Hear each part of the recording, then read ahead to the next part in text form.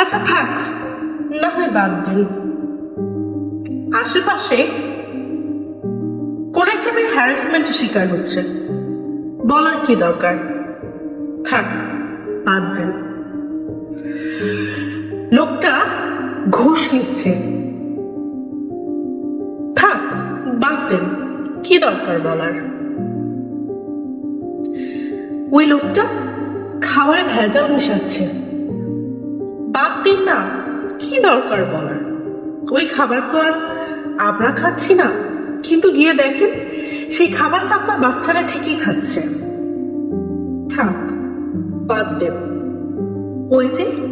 ওই রিক্সা চালকটা না মহিলাটাকে হ্যারাস করার চেষ্টা করছে, থাক, আমাদের কি, বাদ দেন।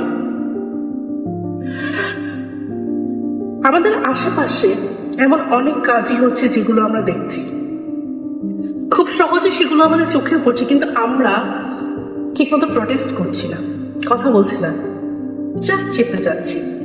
ওই যে বলি, বাদ দেন, কি দরকার? আমাদের তো ক্ষতি হচ্ছে না।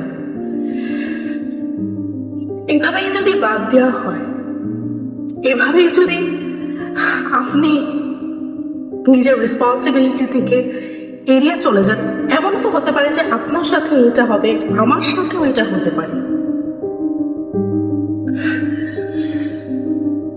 অবশ্যই আমাদের অনেক কিছু বাদ দেওয়া উচিত, আমাদের বাদ দেওয়া উচিত যাতে কিনা আমাদের পরিবারের কারো সমস্যা না হয়। অবশ্যই আমাদের অনেক কিছু বাদ দেওয়া উচিত যার কারণে কিনা সোসাইটিতে উন্নতি আসে। নিজের মেজাজটা কন্ট্রোল করলে, নিজের অভিজ্ঞতাটাকে আরেকটু বাড়িয়ে যদি বলি, থাক, ও আমার সাথে বেয়াদবি করেছে, জিনিসটা বাদ দিই। বিনয়ী হওয়া দরকার, বোকা না। খারাপ লাগে মাঝে মাঝে জানেন, যখন দেখি আশেপাশে এত খারাপ কিছু হচ্ছে, কিন্তু আমরা চুপ করে বসে দেখি আর বলি আমাদের কি, বাদ দেন। সত্যি কি এমন? আসলে কি আমাদের এগুলো বাদ দেওয়া উচিত?